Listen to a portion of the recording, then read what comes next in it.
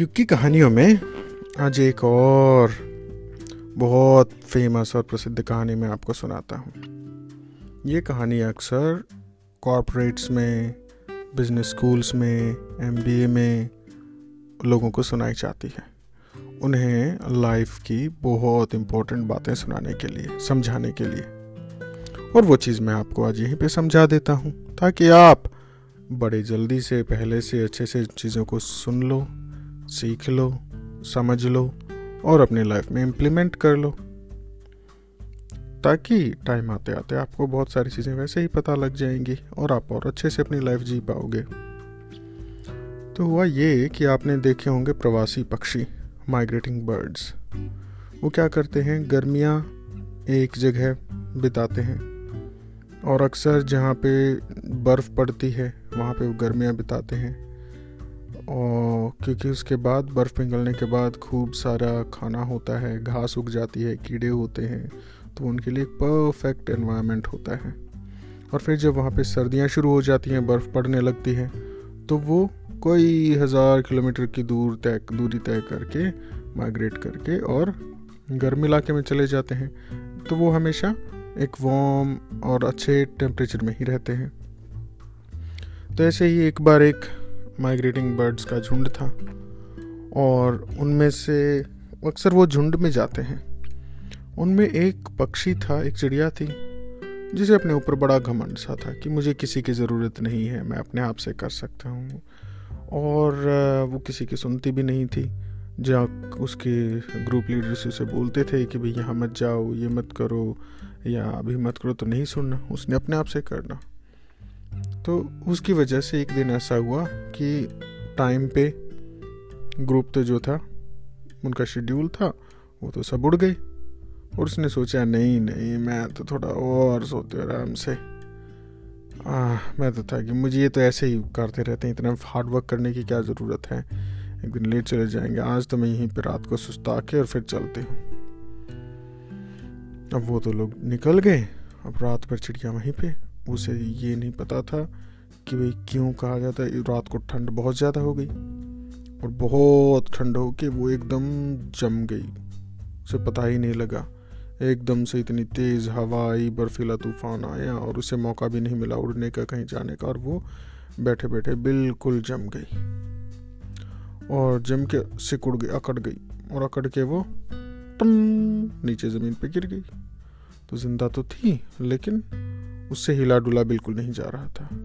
और रात भर तेज़ हवाओं से, बर्फ़ से स्ट्रगल करके वैसे उसकी एनर्जी ख़त्म हो चुकी थी। अब जैसे वो नीचे गिरी, उसका दिल तो धक धक धक धक कर रहा था, लेकिन उसे ना उड़ा जाए, ना उसके पंखों पे भी पानी और बर्फ़ जम गई, ना वो फड़फड़ा सके, ना चल सके। तो एक गांव के पास में वो वहीं पे ज़मीन पे गिरी पड़ी। तभी वहाँ से एक गाय गुजरी और उस गाय ने देखा कि ये जमी पड़ी है। उसने उसे अपने भाप से उसे करने की कोशिश की, लेकिन वो कुछ नहीं कर पाई। तो उसने क्या किया, उसने उसके ऊपर डांग कर दे, पॉटी कर दी। अब उससे क्या हुआ कि ठीक है, उसके ऊपर पॉटी कर दी, बुरा लगा, गंदा लगता है, लेकिन गांव की पॉटी थी तो वो गर्म थी, वार्म थी। गाय के गोबर से वो चिड़िया जो थी उसकी बर्फ पिघलने लगी और उसमें गर्मी आ गई, उससे उसकी जान बच गई। और जैसे ही वो उसके थोड़ा सा जान में जान आई, वो बोल, उसकी चोंच हिलने लगी, पंख हिलने लगे, उसने पंख फड़फड़ाए और वो ऐसे चिल्लाने लगी, हा हा, खुश हो खुशी में। तभी पास से एक बिल्ली जा रही थी और उस बिल्ली ने गुजरते हुए एकदम से चिड़िया की आवाज़ सुनी। अरे चिड़िया कहाँ बोल रही है, इस टाइम पे तो यहाँ कोई पक्षी नहीं होते हैं, चलो आज के खाने का तो प्रबंध हो गया। बिल्ली चुपके से आई, उसने देखा, आहा मज़ेदार खाना। उसने झपट्टे मारा चिड़िया को और मार के उसे चट कर गई, खा गई और चिड़िया की कहानी खत्म। अब इससे हमें शिक्षा क्या क्या मिलती है, ये इम्पोर्टेंट बात है। कहानी छोटी सी है लेकिन बड़ी बड़ी शिक्षाएं देती है हमें। पहली तो चीज़, जो आपका ग्रुप है, आप के लीडर्स हैं, आपके पेरेंट्स हैं, आपका ग्रुप है, उनके साथ आपको जहाँ तक हो सके मिल के चलना चाहिए। अगर कोई कभी कभी होता है आपको कोई बात अच्छी नहीं भी लगती है तो भी आप उनसे बात कर सकते हो, पूछ सकते हो और फॉलो करते हो। देखो, सबसे पहला रूल होता है लाइफ में सेफ्टी, कि आपकी सेफ्टी कहाँ पे है। दूसरा होता है आपका अपना मोराल, लेकिन मोराल आपका अहंकार में नहीं बदलना चाहिए। यानी कि जो सेल्फ कॉन्फिडेंस है, सेल्फ कॉन्फिडेंस हो लेकिन प्राइड ना हो। जैसे चिड़िया में आ गया था, उसने क्या गलतियाँ की। उसने एक तो आलसी हो गई, बिना मेहनत के तो लाइफ में कुछ नहीं मिलेगा ना, आपको काम तो करना पड़ेगा, आपको उड़ना पड़ेगा। आलसी हो के वो बैठ गई। दूसरा, उसने अपने झुंड से अलग चली गई। और तीसरा, उसने बिना प्रिपरेशन के, बिना जाने समझे ये सारी चीज़ें की, तो उसकी वजह से वो उसमें अहंकार भी आ गया और वो अकेली भी पड़ गई। फिर पहले तो ये 3 चीज़ें नहीं करनी चाहिए हमें।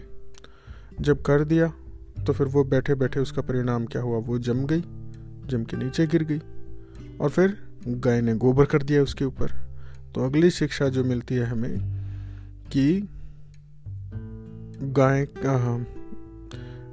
अगर कोई आपके ऊपर कीचड़ उछालता है तो ज़रूरी नहीं कि वो आपका दुश्मन ही हो। Everybody who shits on you is not your enemy, because the cow pooed on him, on the sparrow. She threw shit on her, but she was actually her friend. क्योंकि उसे बुरा लगा होगा कि उसने उसके ऊपर गोबर कर, लेकिन उसने तो उसकी जान बचाई। और जब उसकी जान बच गई तो क्या किया, बिल्ली ने आके उसे गोबर से निकाल लिया। तो दूसरा सबक है कि जो भी आपको मुसीबत से निकाले हमेशा वो आपका दोस्त नहीं होता। कई बार लोग अपने फ़ायदे के लिए आपकी मदद करते हैं। So everybody who takes you out of shit is not always your friend. कई बार लोग आपकी मदद करते हैं, आपको चॉकलेट, खिलौने, टॉयज़ दे देंगे, आपके साथ खेलेंगे, मस्ती करेंगे, सिर्फ अपना मकसद पूरा करने के लिए, अपना काम पूरा करने के लिए। क्योंकि जैसे बिल्ली को चिड़िया को खाना था तो उसमें उसका मतलब था, उसका काम था वो पूरा करने के लिए, उसने उसे वहाँ से निकाला। उसने उसे सच में कोई मदद थोड़ी की थी। और तीसरा सबक है, when you are in deep shit keep your mouth quiet. यानी कि जब आपकी स्थिति अनुकूल ना हो तो आपको बोलना नहीं चाहिए। जैसे कहते हैं ना, मैंने पहले भी आपको वसीम बरेलवी साहब का शेर सुनाया है कि कौन सी बात कब कहाँ कैसे कही जाती है, अगर ये सलीका आ जाए तो ज़माने में हर बात सुनी जाती है। तो जब आप मुसीबत में हो उस टाइम पे आपको बोलना चाहिए कब कहाँ पे आपको क्या बात कहनी है। जैसे अगर टीचर गुस्सा है उस टाइम पे आप हंस नहीं सकते हो, हंसोगे तो क्या होगा, डांट पड़ेगी।